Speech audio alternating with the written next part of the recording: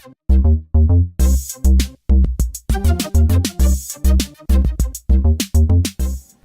hi YouTube, Mr. User Boss here. In this video we're going to be taking a look at the camera of the Oneplus One. So far I've been pretty blown away by this phone. Almost everything about it is just incredible. So this camera actually promises to be something pretty special. It has 6 different lenses and a 13 megapixel sensor. It also has a dual tone flash similar to the iPhone 5S and a front facing camera which is actually pretty good. So now we're going to take a look at some of the photos I've taken with it. So hopefully you can tell that in adequate lighting it actually produces very crisp, clean photos.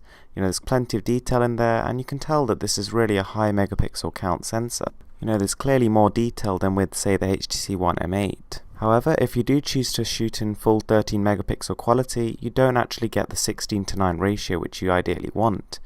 Furthermore, in lower lighting conditions, it's honestly not that great. It does have good flash, but as you can see, there's actually a lot of blurring if you don't use that. And, the edges are really undefined. Outdoor shots come out pretty clean, however, it seems to be lacking a lot of color. And also, there's actually a lot of overexposure going on depending on which object you focus on, which means you get this sort of soft focus effect, which you don't really want.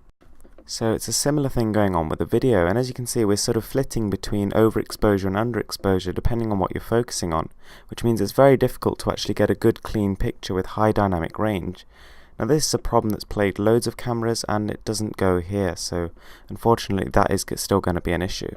The slow motion camera is actually pretty cool, and although you do significantly reduce the image quality, it's more of just a little bonus which I suppose is just put in there to compete with the current flagships of today. So the actual interface has been overhauled from the Google version and it's actually pretty clean. You can start videos with one click, which means that it's all very easy to get to and you don't really need to worry too much about getting it into the right mode before shooting. There's actually quite a few different options, things like quality, which is actually quite a useful one because people who don't have SD cards and that kind of thing are going to want to lower it because you're really not going to be able to tell the difference between, say, 190 very easily.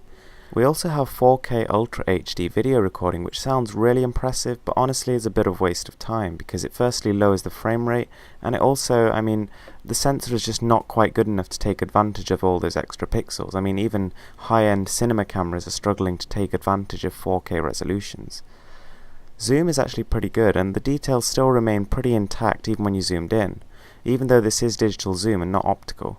Now, one of the things I really wasn't that impressed with was the macro. The macro on this phone is really nowhere near as good as phones like the S5 and the HTC One M8. So this means that, it doesn't focus very well on objects that are close, and this is a major omission considering macro photography is becoming more and more popular.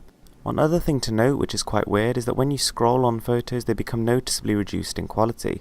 Now this happens on a lot of phones to, and keep everything running smoothly, but it's very noticeable on this one and it does kind of detract from the overall polish.